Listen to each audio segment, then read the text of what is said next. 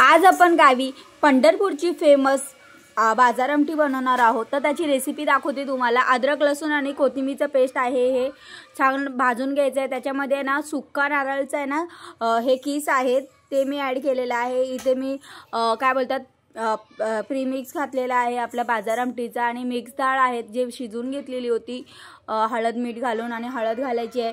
डाळ आहे ना ती मसूरची आहे, मुगाची आहे, तुरीची आहे, ती मिक्स करून असं शिजून घेतली होती। पाणी ॲड करायचं आहे, एसूर ॲड करायचं आहे, आपल्याला कोथिंबीर ॲड करायची आहे।